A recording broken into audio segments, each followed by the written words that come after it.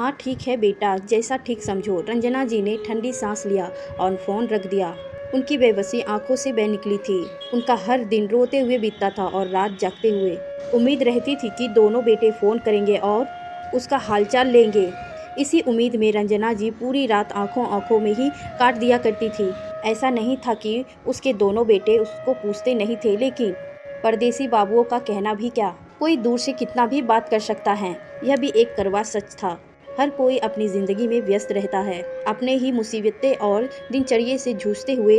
होली भी बीत चुकी थी, अब दशहरा भी, और दिवाली में कुछ ही दिन शेष थे।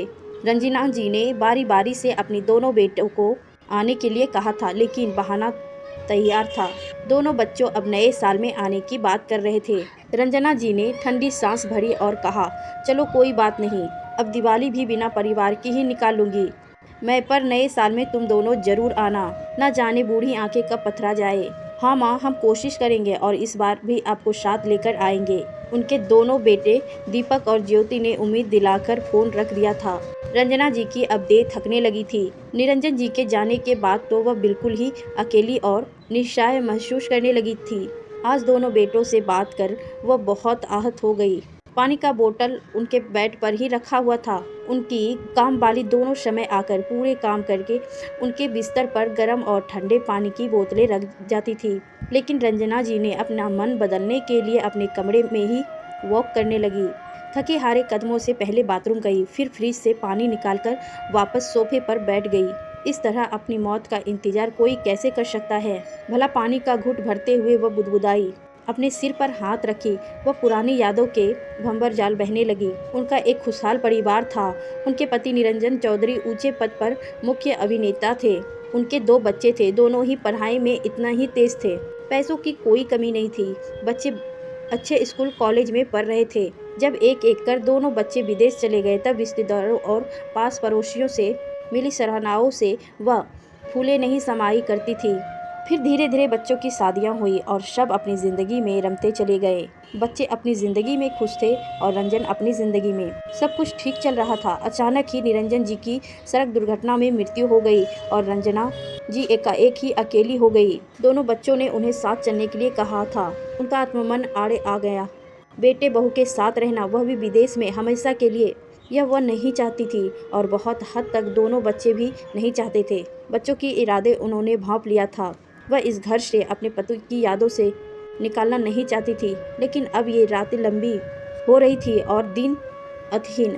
अकेली जिंदगी कठिन लगने लगी थी। रंजना जी सोच रही थी।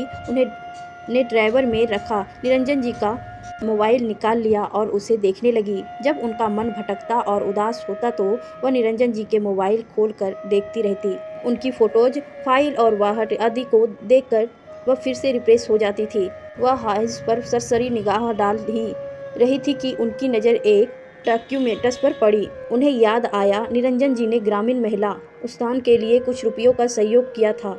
ग्रामीण महिला की शिक्षा और रोजगार के लिए एनजीओ और सरकार की टीम ने एक मिशन चलाया था, जिसमें महिलाओं को साक्षर करने के साथ साथ रोजगार की भी व्यवस्था थी।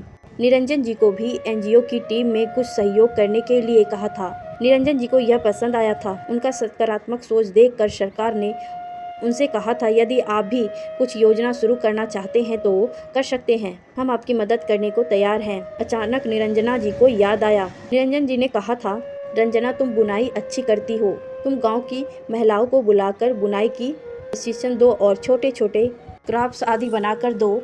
उन्हें हम मेला और ऐसी जगह पर प्रमोट करेंगे। सरकार हमारी मदद करने के लिए तैयार है, तो हम इस बात को आगे ले जा सकते हैं। इससे तुम्हारा भी मन लगा रहेगा और रिटायरमेंट के बाद हम एक अच्छी ज़िंदगी भी जी सकते हैं। हमें कहीं जाने की ज़रूरत नहीं पड़ेगी और गांव वाले का भी भला हो जाएगा।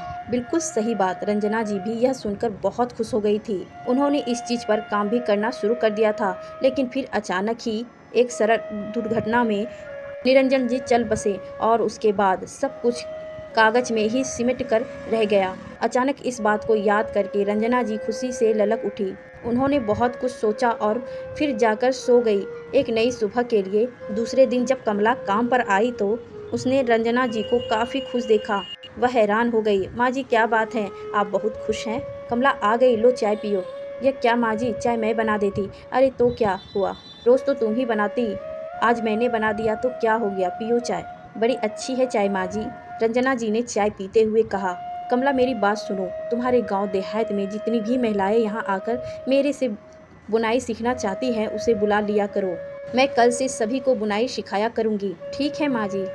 पर अभी उसकी बात खत्म नहीं हुई थी कि रंजना जी ने कहा, बस सोच रही हूँ कि तेरे अंकल जी की आखिरी इच्छा पूरी कर दूँ। अगर ये हो गया तो उनकी आत्मा को शांति मिलेगी और मैं भी शांति से मर सकूँगी। रंजना जी ने अपनी देख रेख में गांव की महिलाओं को बुनाई का प्रशिक्षण देना शुरू कर दिया था। देखते देखते रंजना जी के पास गांव की महिलाओं लड़कियों का हुनर हुजूम आने लगा। रंजना जी अब दोहराए शेड्यूल में बुनाई सिखाया करती थी। देखते देखते महीने गुजर गए। रंजना जी सभी प्रशिक्षण महिलाओं को उन धागों बुनाई के कोशिशें और सिलाइयाँ देती थी। सभी की जिम्मेदारी बटी हुई थी। सभी अपने घर से बटनवार, टेबल क्लॉथ और लड्डू गोपाल के स्वेटर बनाकर लाकर दिया करती थी। रंजना जी उन्हें शहर वाले मार्केट में भेजती थी। स्थानीय प्रशासन की मदद से उन्होंने कई तरह के मेले और हुनर हाटों में उनका प्रदर्शन भी किया। अब उनका यह काम चल निकला था। कई नामी ब्रांड और सरकारी स्थानों ने उनके प्रोडक्ट्स हाथों हाथ खरीदना शुरू कर दिया था। अब रंजन जी के पास न सिर्फ अपना आत्मसम्मान लौट आया था, बल्कि वह कई लोगों के लिए मिसाल भी बन चुकी थी।